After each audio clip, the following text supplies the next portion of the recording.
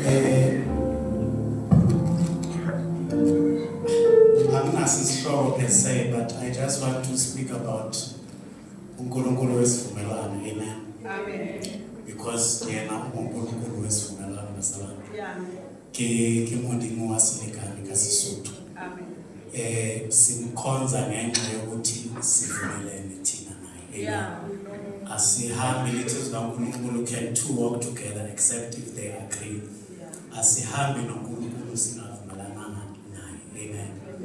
Esivumelaneni kwethu ke noNkulunkulu bazalwane, then kunezimo or there are conditions, there are terms and conditions okumele ukuthi sivumelane ngawo ukuze sikwazi ukuthi sihambe kahle noNkulunkulu endleleni. Amen. Because uma singavumelananga naye kusho ukuthi we are then walking out of covenant with God. Yeah. Because if we break the rules of engagement in the covenant esinayo noNkulunkulu, it means then we are walking outside of covenant noNkulunkulu esihamba naye. Amen. So ngizokhuluma nje ngoNkulunkulu wesivumelwano bazalwane ukuthi uNkulunkulu osigcinayo yena isivumelwano sakhe. Yeah. Sekulele kithi ke ukuthi thina do we keep our part of the covenant or not. Yeah. But sazi ukuthi uma ngabe singagcini futhi our part of the covenant, there are consequences to that. Amen. Yeah. Because uNkulunkulu ofeba bazalwane, uNkulunkulu makeza kithi uyasitshela ukuthi uma wenza lokho yiloko kuzovela, uma ungenzi lokho then these are the results. Amen. Deuteronomy chapter 28, the first part or the first half of Deuteronomy chapter 28, uNkulunkulu is proclaiming blessings. Uthi uma nenza lokho engitshela bona, these are the blessings that you will benefit from doing that. Bese the second half futhi uyabuya uNkulunkulu because he is fair. Uthi uma ningakwenzi lokho esivumelane nawo, then these are the curses that will come as a result of that. So kubalekile bazalwane ukuthi uNkulunkulu esihamba naye sim-understande ukuthi uNkulunkulu onjani. Amen. Because in every relationship, whether it's a friendship, whether it's a mother-child, father-child relationship, any type of relationship, we need to understand each other ukuze ukuthi sihambisane kahle endleleni. Uma singa-understandani, then there's gonna be a constant clash because as-understandani ukuthi lo unje, lo unje. Amen. So now uNkulunkulu kunjalo, we must first understand ukuthi sikhonza ngani, simkhonza ngezimo ezinjani nokuthi senze njani. I want to speak to two generations today bazalwane. Ngifuna ukukhuluma ngegeneration yabazali bethu bese ngikhulume negeneration yethu as young people that are also pouring into the next generation. Amen. Ukuthi lithi uNkulunkulu, okay, before I go there bazalwane, kubalekile ukuthi as these generations sazi ukuthi uNkulunkulu asimane simkhonze in silence because kunesizukulwane esibuke kithi okumele sifunde kithi. So uNkulunkulu asimkhonzi ekhoneni or asimkhonzi sithulile because the next generation must know that there is a God ophila kithi osenzela 1 2 3 esinobudlelwane bakhe ngalendlela ethize. So we have a responsibility, all of us. The previous generation has a responsibility to remind us ukuthi uNkulunkulu lo esihambe naye esithi ivangeli lakudala elasikhulula ezonweni, masikhuluma ngalelo vangeli sikhuluma ngalo. What do we mean? Kwenziwa njani, kuhanjwa njani endleleni? And lokho asikwenzi la ebandleni ebaleni, but we do that in our homes because we have a responsibility to teach these generations in our homes, because your first service or your first church is your home, not la. Last is a uzohlangana sithwalisane sinikana amandla, but your first service or the first people that you serve are in your home, labo uvuka nabo each and every day. Amen. Yibo labo uNkulunkulu akunikeza responsibility yakho. Yilo ibandla lakho lelo. In your home, you are the priest, you are the pastor, you are the intercessor, you are everything in your home. Especially when the responsibility yokuthi you are leading the home. As a father, as a mother, you have a responsibility to pray over your family, but also to teach your family about God. Ngoba mabangafundiswa yithi akekho umunye umuntu ozobafundisa abantwana bethu. Akekho umunye umuntu ozoma ngaphambi komntana wakhe amfundise ngoNkulunkulu uma wena ungamfundisi ngalo uNkulunkulu because especially uma sizibiza ngabantwana bakaNkulunkulu. We have a greater responsibility to pass on the information, to pass on this God that we serve to our children. Singathe Sunday school bazobabona. A Sunday school, let them build on what you have already put as a foundation njengomzali. Ungayoxaka kusesiniki lapha kumele baqale phansi bafundise umntana wakho ukuthi uJesu ubani uJoseph ubani mara wena ukhona endlini.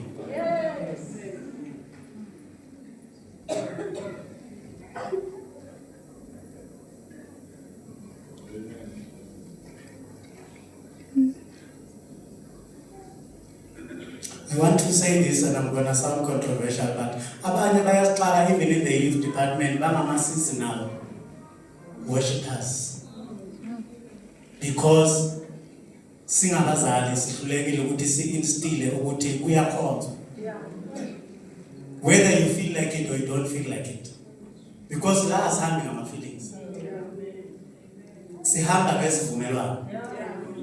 Even when you don't feel like it, you show up, you participate, because wavuma wathi ngiyamthatha uJesu njengenkosi nomsindisi.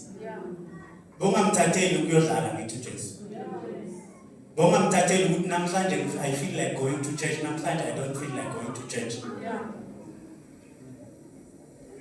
Enomunye uzothi mose ngiyakhonza mina ngiyabukela iTV hey ku TikTok and all of that. IBhayibheli lithi ningawuyeki ukuhlangana njengomkhuba wabanye.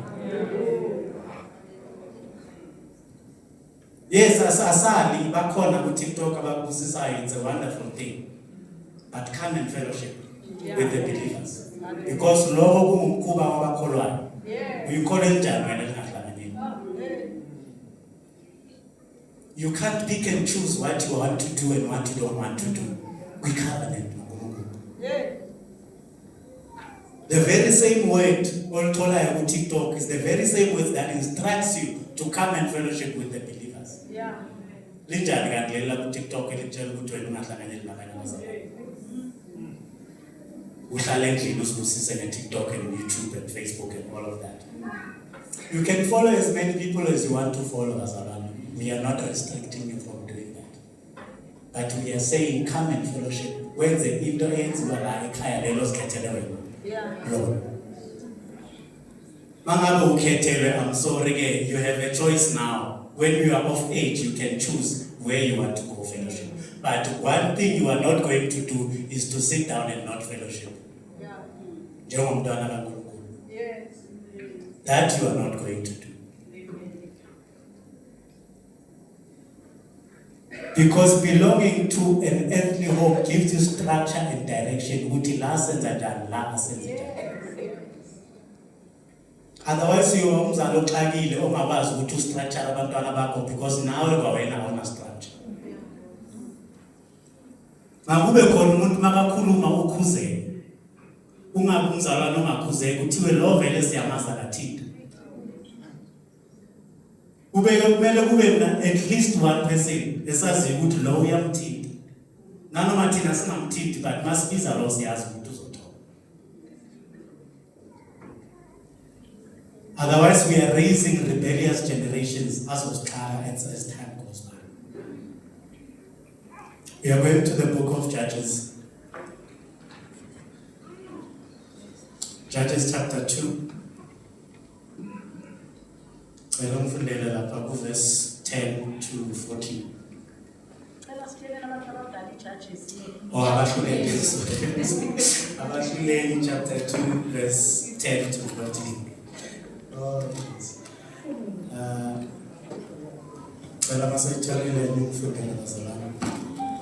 Abahluleli chapter 2. Abahluleli isahluko sesibili verse 10. Naso-ke isizukulwane naso sonke leso sizukulwane sabuthelwa koyise, savela esinye isizukulwane emva kwaso esasingamazi uJehova nomsebenzi ayewenzela uIsrayeli. Ngicela uqale lapha ku verse 8 so that sizobona context. uJoshua indodana kaNuni inceku kaJehova wafa eneminyaka 110. Bambela emkhawulweni wefa lakhe eTimnathi Heresi ezintabeni zakwa-Efrayimi nasenyakatho kwentaba yakwaGahashi. Naso sonke leso sizukulwane sabuthelwa koyise savela esinye isizukulwane emva kwaso esasingamazi uJehova nomsebenzi ayewenzele u-Israyeli. 11 ukuthi abantwana bakwa-Israyeli benza okubi emehlweni kaJehova bakhonza oBhali. Bamshiya uJehova uNkulunkulu woyise owabakhipha ezweni laseGibhithe balandela abanye onkulunkulu babantu ababebazungeza babakhothamela bamcunula uJehova. Bamshiya-ke uJehova bakhonza oBhali no-Ashtarothi. Intukuthelo kaJehova yavuthela abakwa-Israyeli wabanikela esandleni sabaphangi ababaphanga wathengisa ngabo esandleni sezitha zabo nxazonke. Abangabe besaba nakuma phambi kwezitha zabo.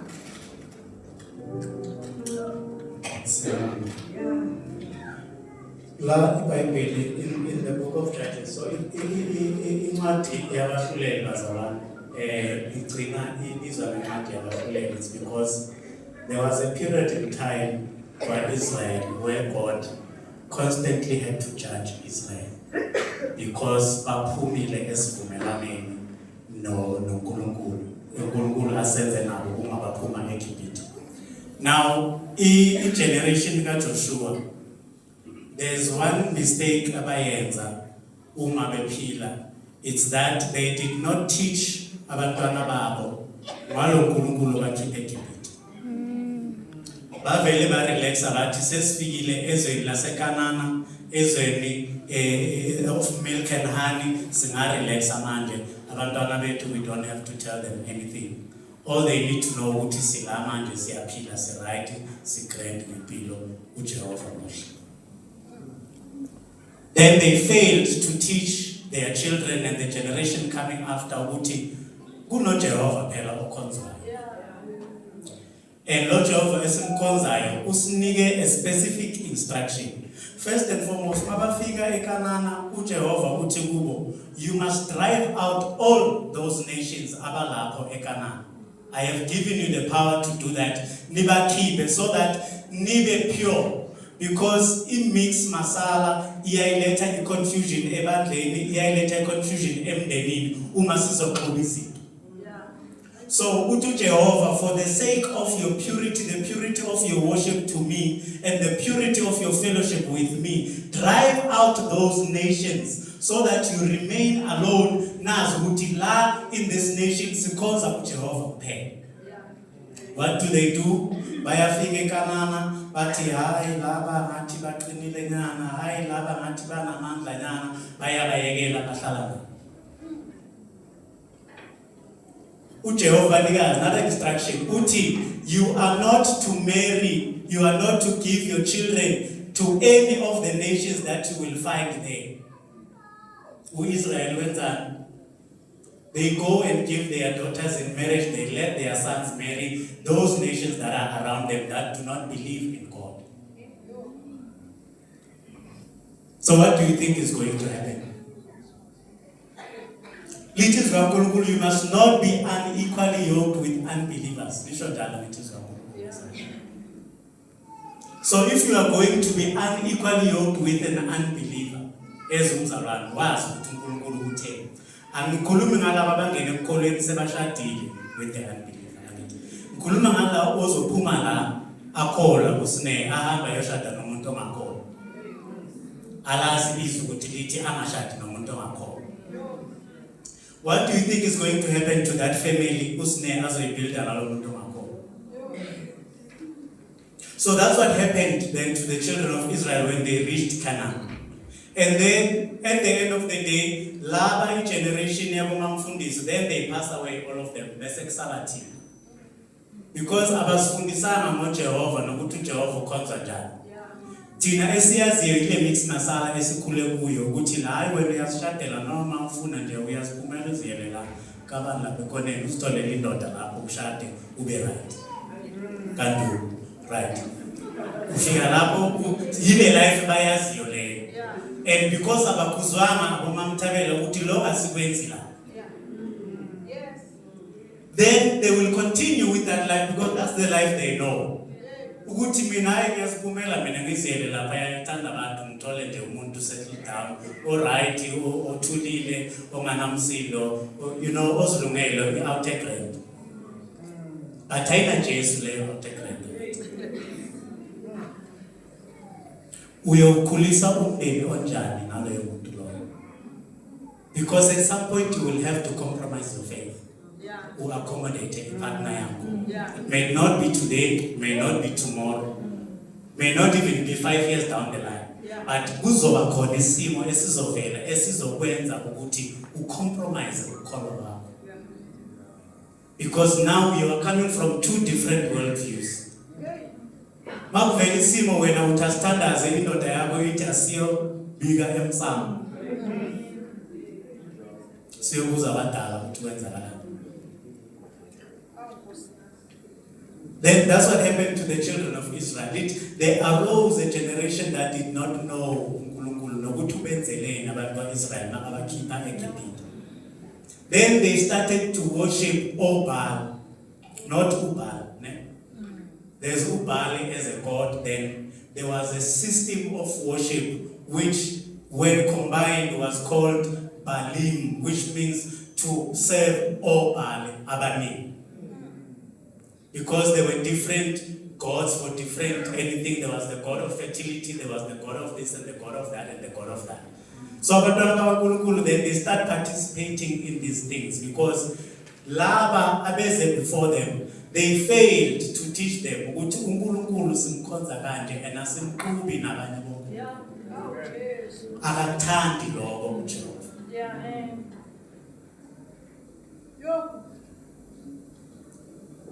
uNkulunkulu akanankinga mangalo uzikhipha kuyena uhambe uyokhonza abanye boNkulunkulu uzikhiphila nje uphumile kuye akamayi uNkulunkulu mawenza you have divorced him. But what he does mind is for him to be mixed with other gods. Ukuthi wena namhlanje uyikhola namhlanje kusasa soyaphahla namhlanje wena sokulokho soseyinyangeni uyaziqinisa namhlanje yilokho uyathandaza kuna iprayer silana uma kuna iprayer wena uyakuma msibanibani isiphithiphithi nje ibida isolation into mayazi uNkulunkulu akakuthandi lokho.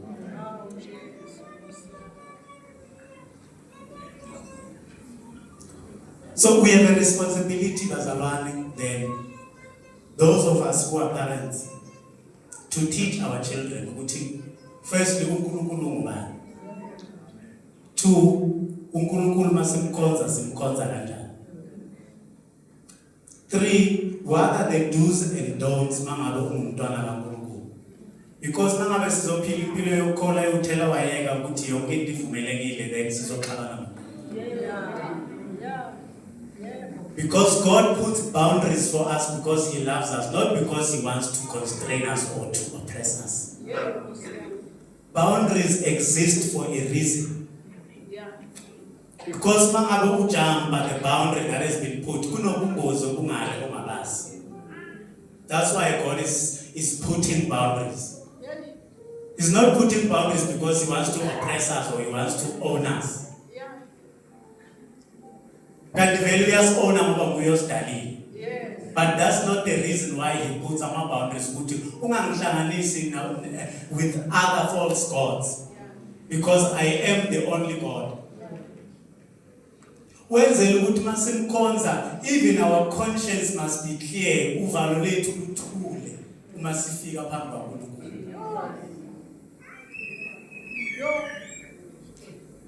Ungafani noSawule athi uSamuel yini lezi zinto ezikhala ngemva kwakho yini lokukhala ngemva kwakho because uyeza uNkulunkulu but uhudula izinto uNkulunkulu athi ezibulala Yet you are coming to God because He's an understanding God, you will understand. No, He does not understand. I am here to tell you He does not understand. Ayikho into uNkulunkulu ayizonda njengokuqhutshwa. Ngakwenza konke udlale wenzeni uqhaze isono sikushaye kuye. One thing God hates is to be mixed with other gods.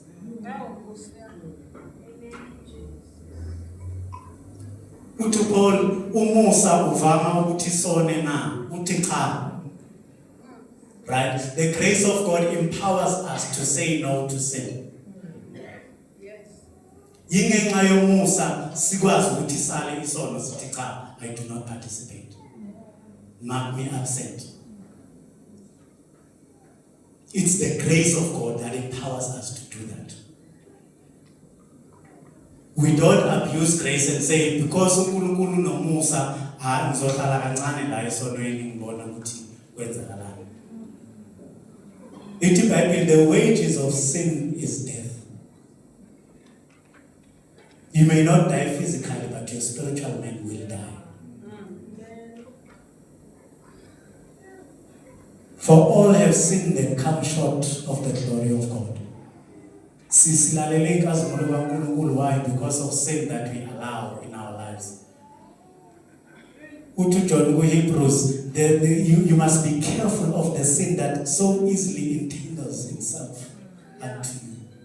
Isono esizithandelayo ngithi sisibambe singakhona ukugijima the race that you have been given because you are entangled by things.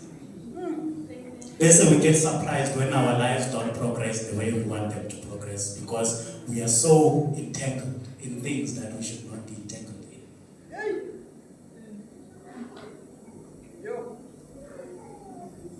Mangabe ubona ukuthi uNkulunkulu akakusebenzeli ngcono umyeke. Than ukuthi ube nama top up of other things. Phezu kwamandla kaNkulunkulu as uNkulunkulu akanamandla.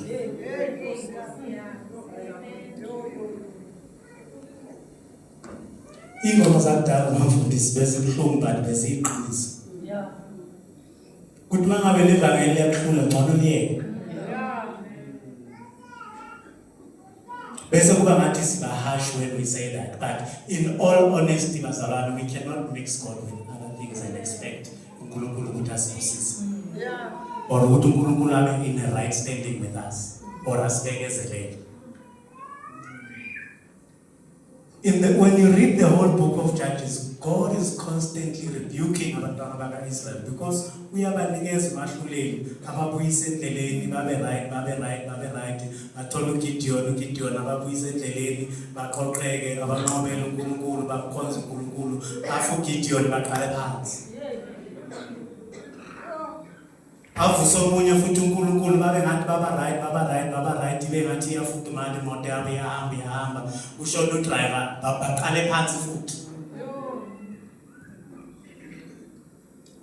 And the city, because we are talking about the children of Israel, but we are exactly the same as them. We are exactly the same as them.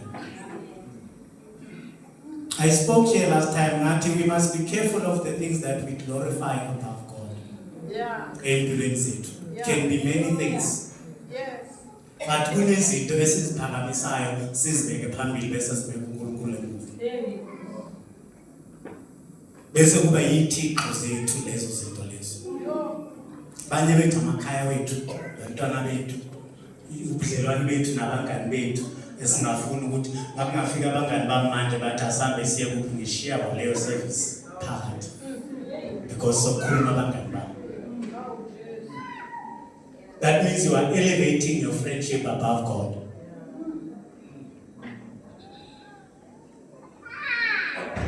We fellowship to empower each other, to teach one another, but umsebenzi omkhulu bazalwane, I still repeat, usekhaya.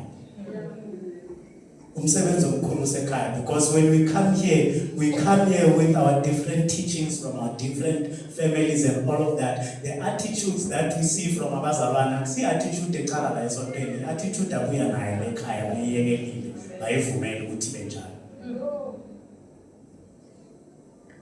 Makafika la you are just manifesting what you are doing at home. Mawusiphakamisela impumulo awuqali ngathi. Awuqali ngathi. Ukwenza leki qala. Bese bayakuvumela kini ukuthi uphakamise impumulo. Bese ubona ngathi uright bese uza nabo la. So ezinye izinto zingasikhubi bazalwane. Zingasikhubi. It's just a manifestation of what? It's a reflection of the home. It's not a reflection of you as a person. Mawufika uinteract nomuntu la okwenza i-attitude or ukutreatana. Futhi kuzosiza lokho ukuthi ezinye izinto singazithathi personal. Ungakhutshwa inoma yini. Because siyaqhubeka singabantu we get to a point whereby we like hey mara lenta yenzile, but when you really sit down and reflect into zenza ukuthi ungalokhu uqhubeka kancane kancane ukuthi understand ukuthi lento lo muntu ayenzayo lento ayenze ekhaya and akushuthi ukhulise kanje.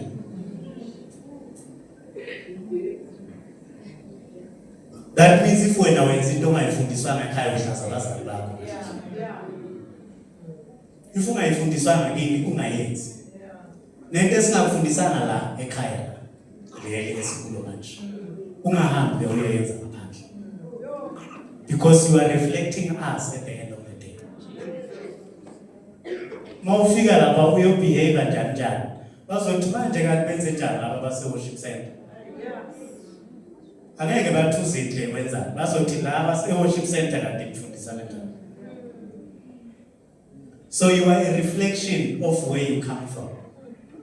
So therefore, as people who are responsible for other generations, we must make sure that whatever they are putting out there in the world represents what we want the world to see.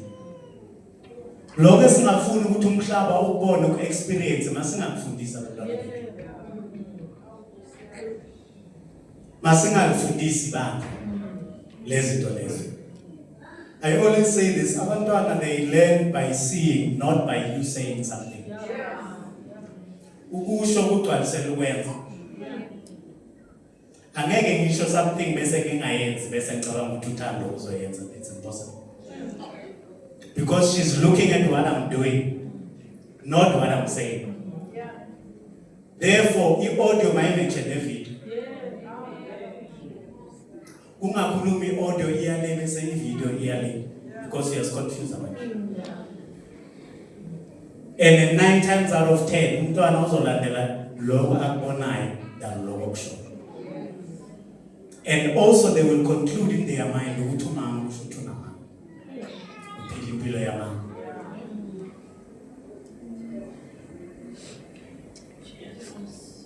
We have a responsibility. I always tell my friends, sometimes, especially in this generation, we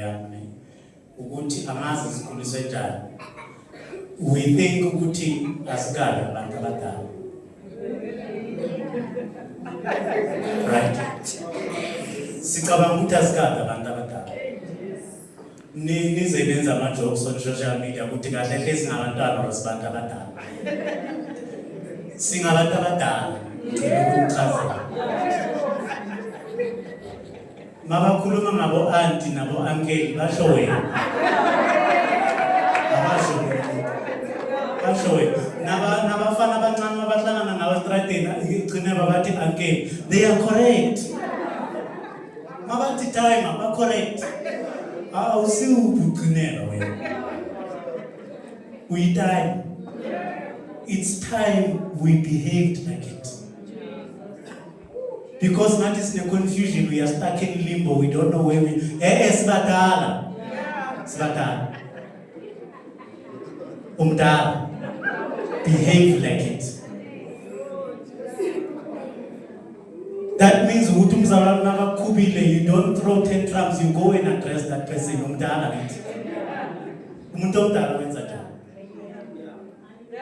Aga 80. You don't act out. Lava, you never act out love. Not when. whether you sit the person down and solve the issue. Because umuntu omdala awusumntwana. Ngisho nani enikhonza nami Friday enibancane kimi nibadala. Ningacabanga ukuthi you are scot free or you are still free. No, umdala. If you are above 25 umdala. Umuntu omdala. That's why if you see in the news when they report, they don't say a 25-year-old girl was found, but a 25-year-old woman or man. About a boy or see boy. Therefore, even in our walk with God, must have a understand that. But you can't pick and choose. You can't keep coming in and out as if in a confusion. I was asked what to answer. Mama, we are talking. Mo puma. Mo confuse another baby. Good can't benza manja batabata. Benza. I always get shocked when I'm looking at TikTok videos and whatnot, and I see someone that's younger than me, and then I'm at lawyer, mama lawyer. But in we understand what she's correct, because in her eyes, manje sizoxala abantwana ke manje bomama ababehave njengabantombazana abangazi ukuthi uNkulunkulu ukhonzwa njani akakhonzwa njani, abangazi ukuthi senzani la asenze yini, abangazi ukuthi siziphatha kanjani endlini kaNkulunkulu asiziphathe kanjani. Ezinye izinto bazona kudinga ukuthi size sima la ngaphambili simthethise ukuthi hayi waqokani kahle, hayi woyenzani lo. What is the work of the Holy Spirit in your life? Size sima la sireme ngeimpahla. Umoya ngcwele wenzani kanti empilweni yakho? Ngoba umdala. Okay, asibeke umoya ngcwele eceleni, umdala. Okay. Mama ufuna singa involve uNkulunkulu, umdala. Dress like it. Umdala, speak like an adult person. Reason like an adult. Ungabe umzalwane sikithina kuthina samthina sekakhubelo hayi namhlanje sekakhubelo njalo wena sikihlalisa phansi. Masikihlalisa phansi uyasukuma ngoba ulalela. Awuhlaliseki naphansi. Mara umdala.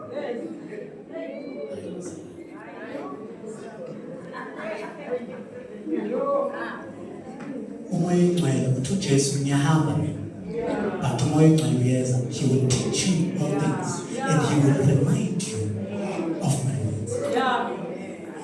Usho Jesu. Ayathina senzani umoya ngcwele akengixoxele senzani. Ukhona na? Ukhona? Ushutha simlaleli. Kusho ukuthi asimlali because uJesu yena uJesu qobo lakhe kusho umunye uma kusho uPaul akhothi kusho uJesu uthi mina ngiyahamba umsebenzi wami is done. Umoya ngcwele is coming to teach, to remind.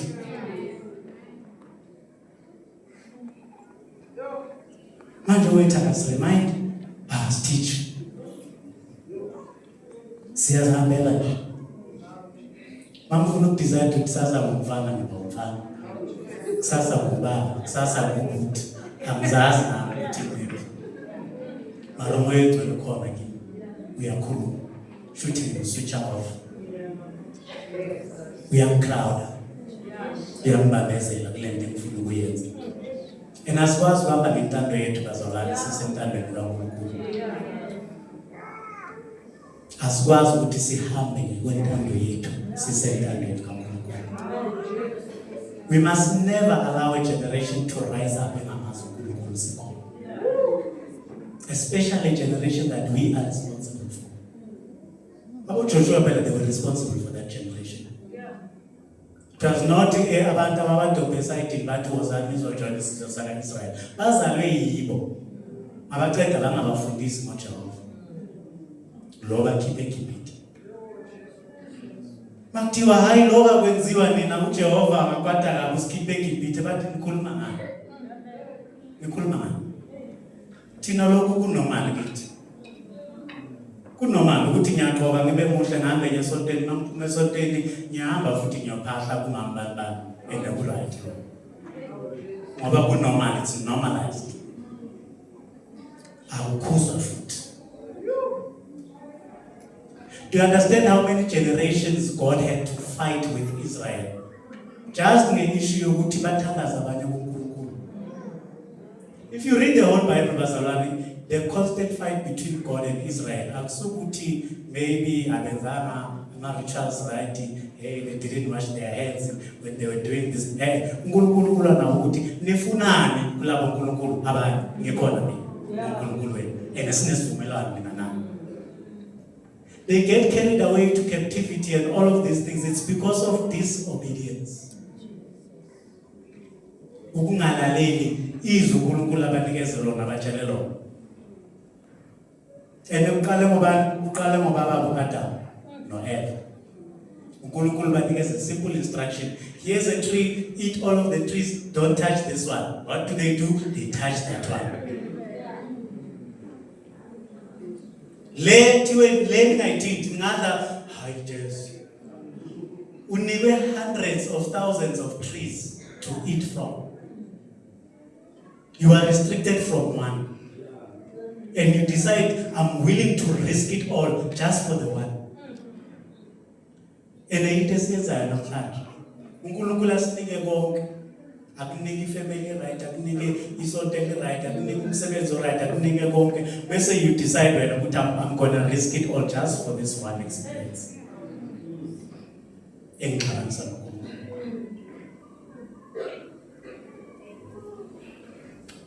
I'm not sure of the accuracy of this, but someone once said, ukuthi abantu abasikritikayo njengama-Christians, they like to say ukuthi uNkulunkulu wathi u-Adam no-Eva, the day you eat of the tree you will die on that day, right? And then bese abantu bese bathi ingani badlila zange bafe, bese bathi uNkulunkulu ngumqambi mama. So this person comes and says, iBhayibheli lithi a day is like 1,000 years in the eyes of the Lord, right? So now, when we look at Adam lived for 930 years. He did not reach a day in God's eyes. So he died on the same day that he ate, according to God's standard. Azange alqeda usuku, because usuku is 1,000 years in God's eyes. The only person that came close to 1,000 years was Methuselah, who lived 969 years. But still Naye, because of the curse of his grandfather, did not reach the 1,000 years.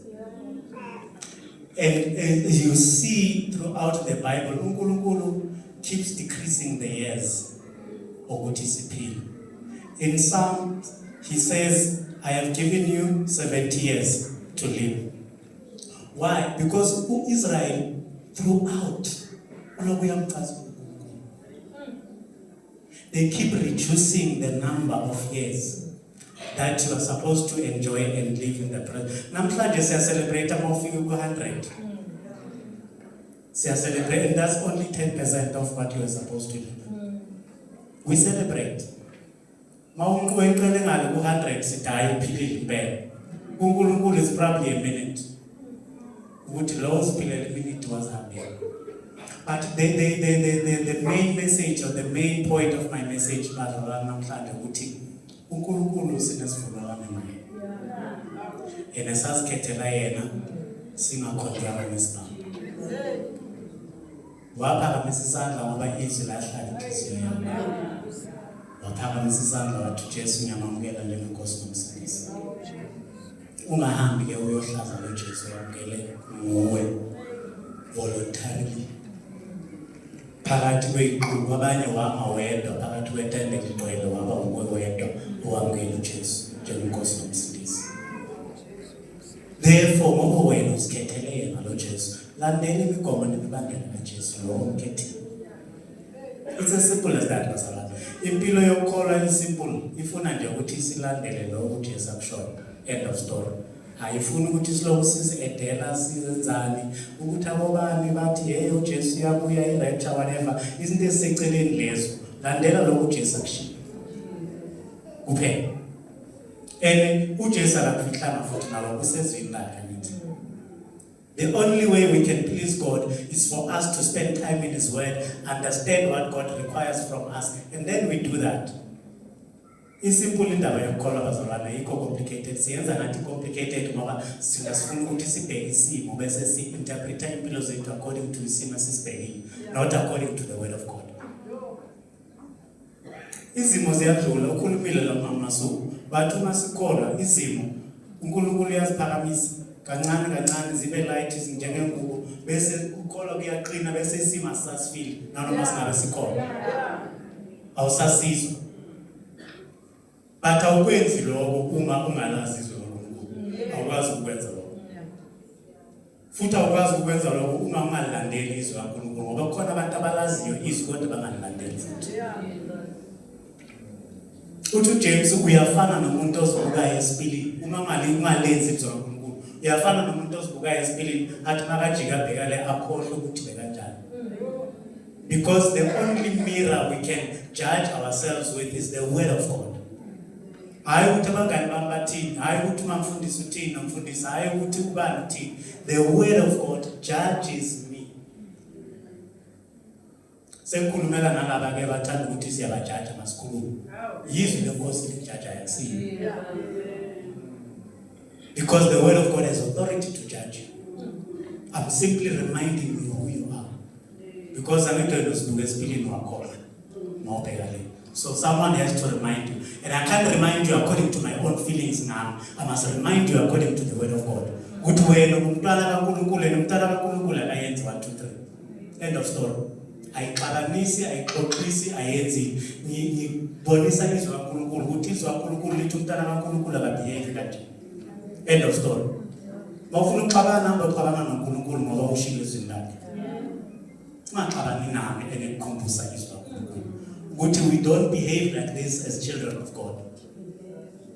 Lo asikwenzi njengabantwana bakaNkulunkulu. Mama nqameki okwakho lo.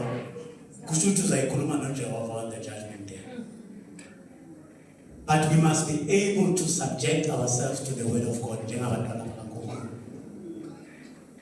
We don't subject ourselves to earthly leadership without first subjecting ourselves to the Word of God. Because at the end of the day, sizofika sihlubuke because asithotshiswa ukuthi sithotshiswa izwi kaNkulunkulu, sithotshiswa ukuthi mhlambe siyakusaba masibheka ubuso bakho buyasithusa. Ngoba nalaba baholi kumele sibalalele ngoba izwi kaNkulunkulu lithi sibalalele. Not because mhlambe siyabasaba or kanjani, but sibalalele ngoba sithobela izwi kaNkulunkulu. Because izwi kaNkulunkulu lisho njalo. So the only way we are going to serve uNkulunkulu kahle sihambe naye endleleni sizwana naye. 1, we must spend time in His Word. 2, we must do the Word of God. Because nokukholwa lithi izwi kaNkulunkulu, faith comes by hearing and hearing by the Word of God. So yonke into inqike ezwini kaNkulunkulu ayikho into ozoyenza la emhlabeni or empilweni yokukholwa ngaphandle kwezwi kaNkulunkulu. Singafani nale generation ekuthiwe it rose up and it didn't know who God is. Singafani nabo. Singavumeli futhi ukuthi abantwana bethu bafane nabo.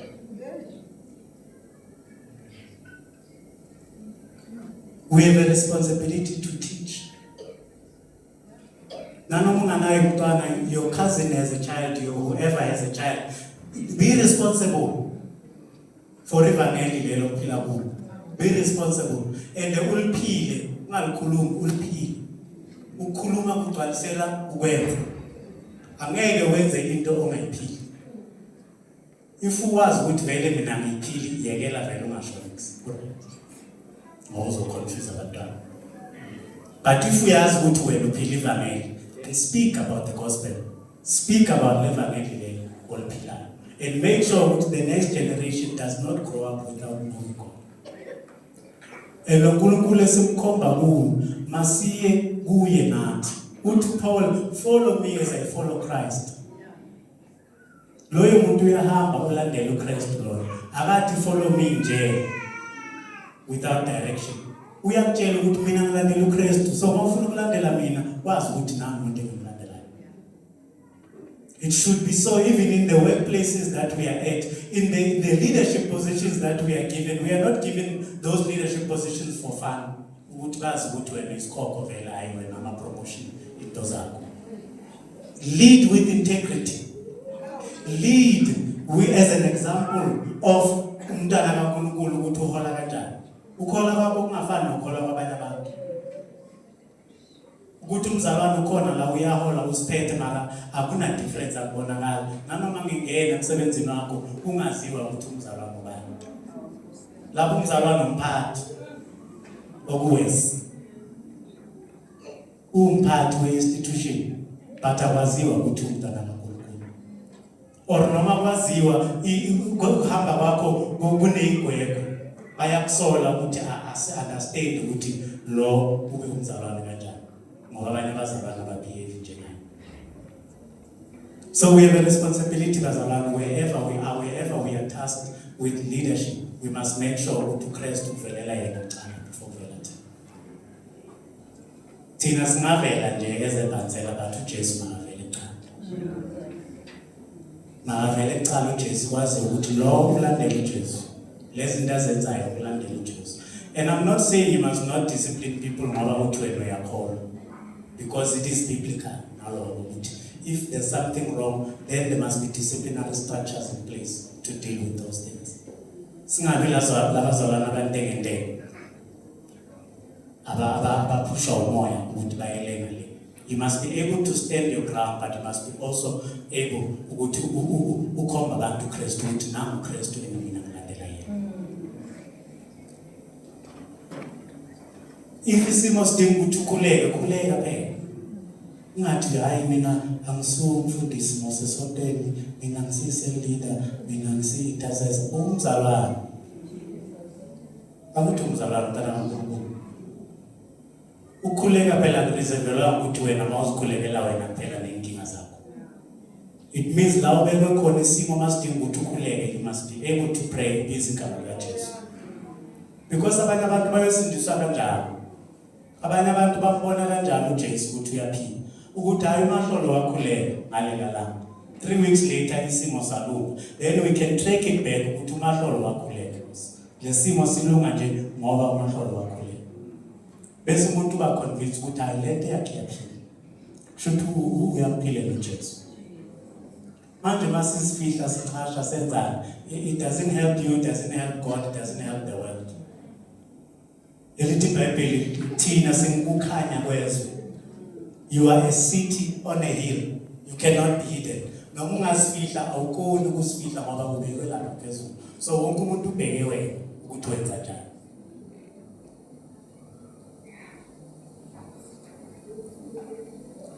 Asihambe ngintegrity bazalwane phambi kokubusa kwenkosi. Ngoba ukungalaleli kusilethela inkinga. But we can also fix the situation by choosing to be obedient. Lakini uNkulunkulu wethu bazalwane uNkulunkulu onomusa, uNkulunkulu onothando, uNkulunkulu onesimo futhi. When we repent, uJesu lakhe, if we confess our sins, he is faithful and just to forgive us. So uNkulunkulu uyabazi ukuthi asiqalele sichubeke la sigcine khona sihambe naye. Sekukithi sekusezandleni zakho ukuthi wenzani namhlanje. Shilo ngathi sesibadala manje. Tinatalasha. Sesibadala manje. You are no longer the one to call abantu abadala. Umuntu omdala. Nanoma bafika bomkhoze endlini umuntu omdala. Akunakuthi abantu abadala bekho. Umuntu omdala, you must take decisions. Yena uthatha ama-decisions that are sound for the family. So kusukela namhlanje akekho umuntu one-confusion ukuthi sibantwana besibantwana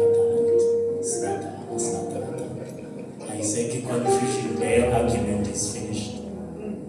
We are all of age and we are all responsible for the decision that we make in our lives.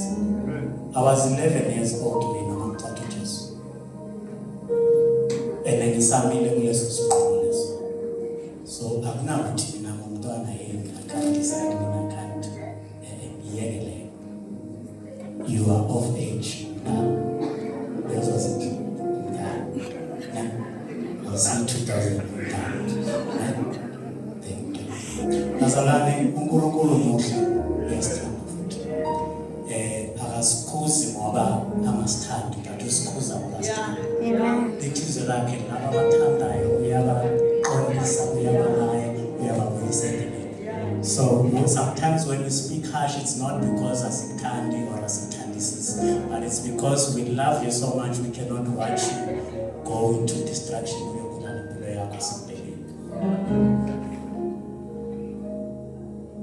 uNkulunkulu usithanda ngendlela emangalisayo. He is a father at the end of the day. Ungubaba kithi, inhliziyo yakhe towards us is the heart of a father.